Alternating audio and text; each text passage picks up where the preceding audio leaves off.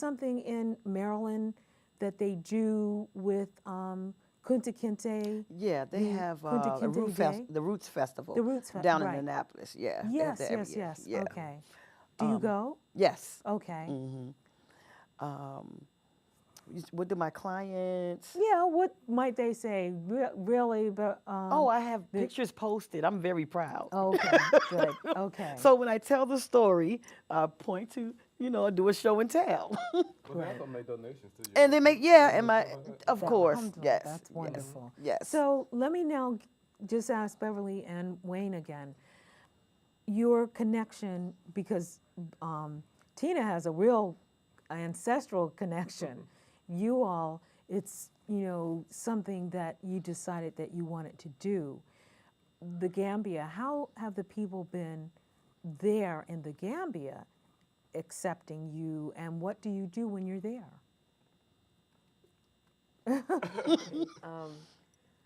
Well, that's why I keep going, because of the people in Gambia. Okay. But what do you do? What do you do when you're there? And how long do you usually stay? There have been people there before I got there that are connected to our movement, and so there was already a foundation with a lot of scholarship students. So I have really connected to the youth there. I know I'm old, but they're young. No. But they call me Auntie Bev, and we're just really, they call everybody Auntie. Yes. But I work with them, and there's two groups especially that I work with. There's about 200 to 300 young people in each group.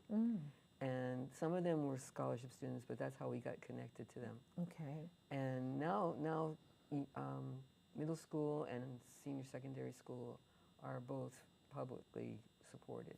Oh. So it's not as much of a need as it used to be for scholarships. But when I met those young people, they were just alive with idealism. It reminded me, I felt like deja vu from the 60s. I was in the 60s, and as was I.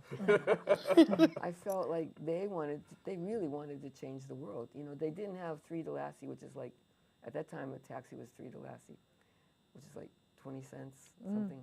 They didn't have that for a taxi. Okay. But they wanted to change the world, and I just was so moved by them over and over and over and over.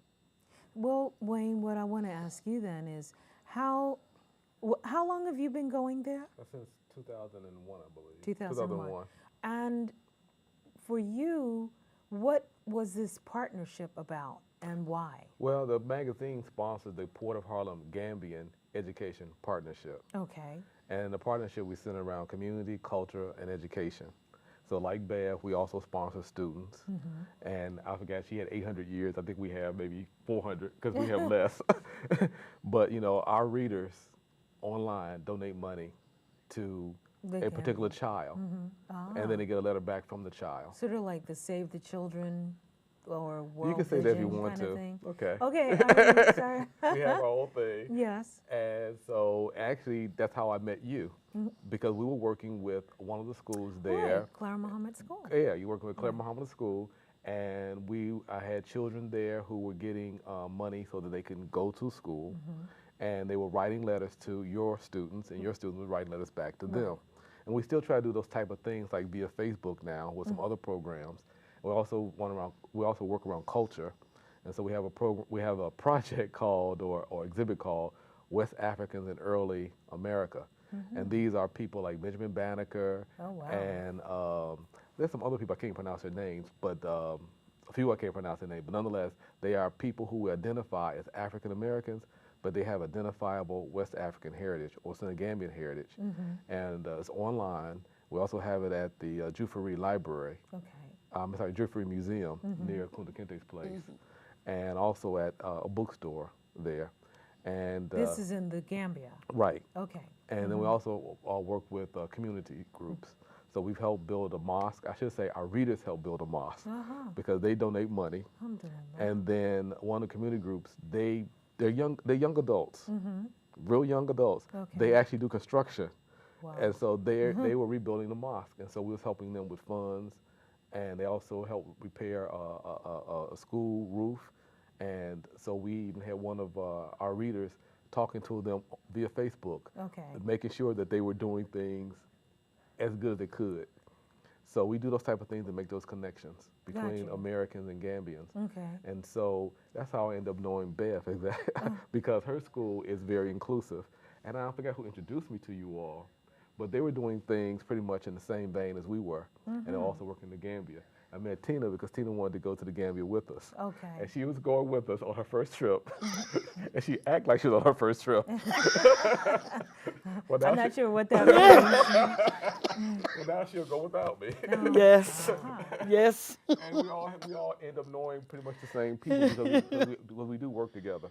Now, you just kind of casually mentioned the term or the countries, Senegambia. Right. That, again, for a lot of people, they don't know the Exactly. Gambia. I'm sorry about that. Senegambia. No, it's no. I want you to say something. Exactly. Because Senegal surrounds, or at least, how does that work? It surrounds on 3 sides except for the Atlantic Ocean. Okay. But that's a very important point. I'm glad you brought that up. Yes. Because it really shows how much Africa has been impacted by outsiders.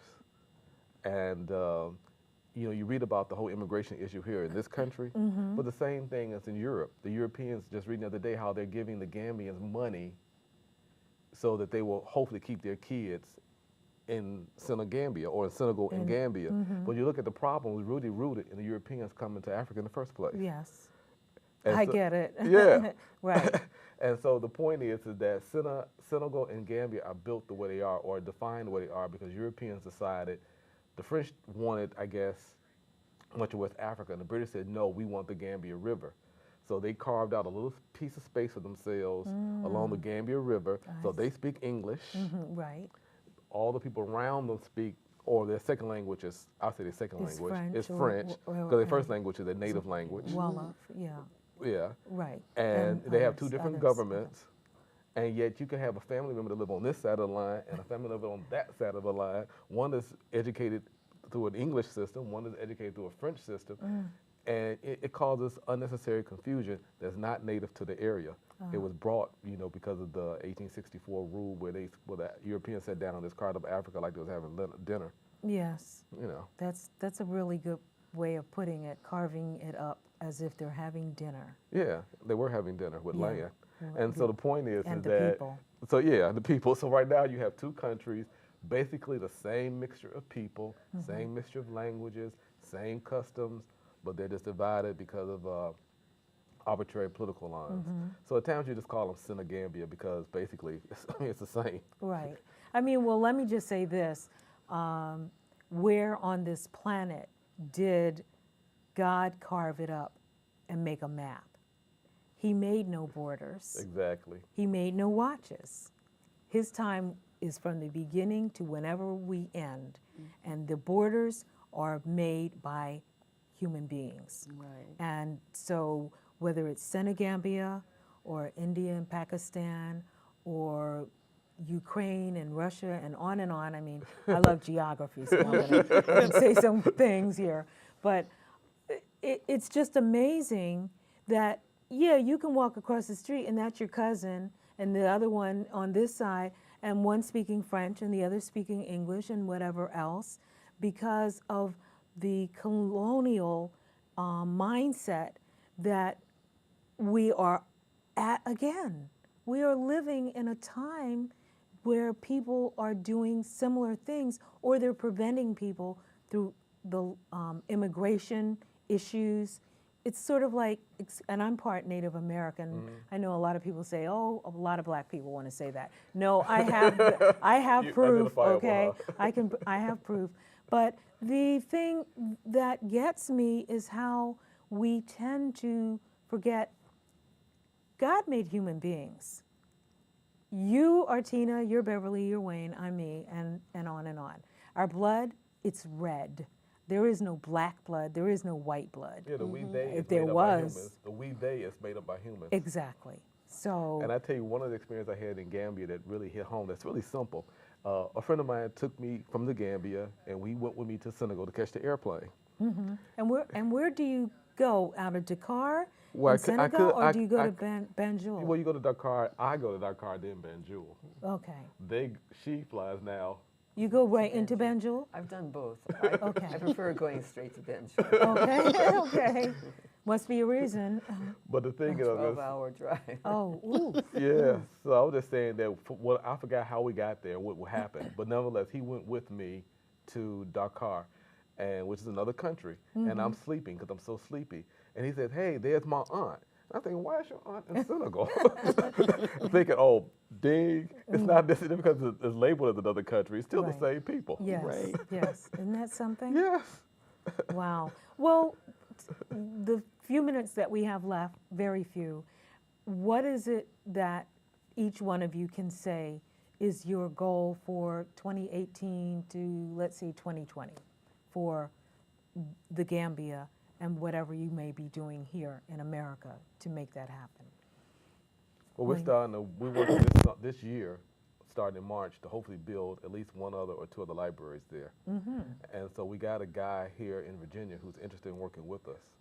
And so in March, my duty is to go there and start scouting things out and seeing which group we could work with and if it's going to be possible, and then to raise the funds to do that. We already have one, but the one group that has the library, they already had a building. We just had to provide the books. Oh, okay. Yeah. And where do you get the books from? From the book companies.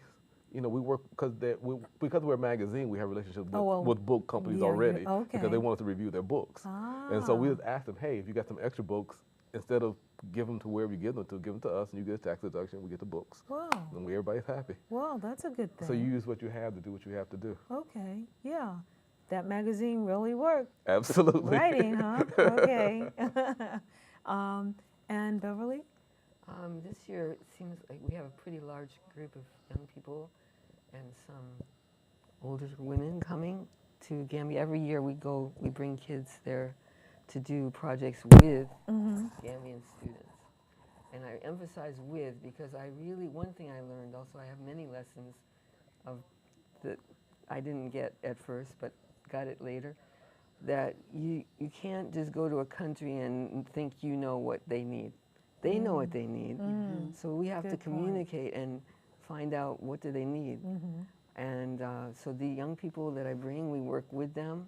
They set up what they need and what programs they want to do. We want to build a wall around a school or work in the clinic. We can do many things. There's many projects to do, but it's always got to be with Gambian young people because that's what I realized we're finally realized what we're doing is we're creating liaisons with people so that they know who we are. They know we're relatively normal. and our kids know they are really totally transformed by the experience of going there, where everybody embraces them, everybody just treats them like the long-lost brother or sister. So these are young people who come from America. Yeah, and we go who there. Who go to Yes. the Gambia. And That's have you right. taken any children? Not children, it's adults. Adult. You're dealing with the adults. So And Tina's one of those adults. And Tina, so what is it that you want to complete, or what is your mission for the next year or so? Well, we are trying to raise funds to ship another container, which includes health and hygiene products, clothes, shoes, books, Bibles, all different kinds of things that, the villagers or locals, they say, let me know that they need. Okay. Yeah. So now you just said, I'm going to stop you for a second here. Sending Bibles. Are you sending Qur'an? Well, one of my board members is Muslim. Okay. Yeah, and so we're going to check into that. Okay. Yeah, we're gonna check. I- And I would not have a problem with doing that Gotcha. because the village that we adopted are majority Muslim. Yes. Yeah. Okay. Well, I can definitely talk with you later Okay. about some Qur'ans that are published in America that you can start sending. Okay. Right. That would be But, great. And do you have children? Do any of you have children? I do. Okay. How many children do you have? 6. 6, really? MashaAllah. Okay. Have any of them gone? Not yet. Okay. But Do hopefully. they want to? Yes. Okay. Yes. It's the expense. Okay. Yeah, but they do want to And come. how long have you been going? Since 2006. Okay. Well, it's been good time. And Beverly, do you have children? Yes, I have 4. 4. and, Okay. 3 of them have gone. Okay. 3 One of of them. them went in '99, and then the other 2 went. Well, one went in 2005, and she's been several times. And then my son went in 2009 when I started bringing groups, and that was 2008, and that was such an amazing experience. Okay.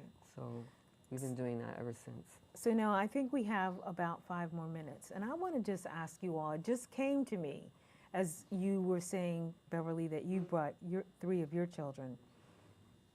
What do you think about what this president said about Africa? Okay. I see on your face, Tina, so let's start with you first. I was mortified, Okay. you know, and we don't have to say, but I think most of the people who watch our show or, you know, public cable access we are a cut above. Okay, we're going to say it like that. But you were mortified. Yeah. And why were you mortified? I just thought, you know, how that would impact people, Americans, or you know, any other nation, with traveling with him speaking like that against different countries, you know, like that. I mean, it was not only Africa that he called, Right. but you know, I just.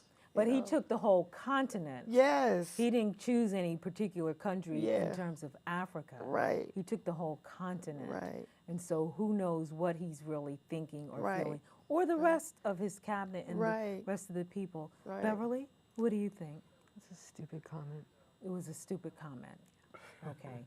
Do you think, though, that there's more to than just the comment? I mean, what has this administration done thus far?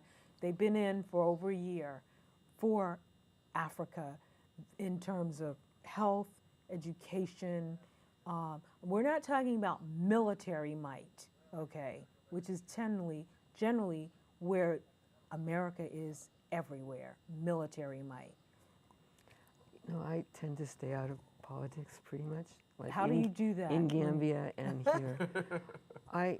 Well, I'm not going to press you on it because there's no way that any of us can stay out of politics. Right, I Like understand what you traveling mean. to a country like the Gambia, you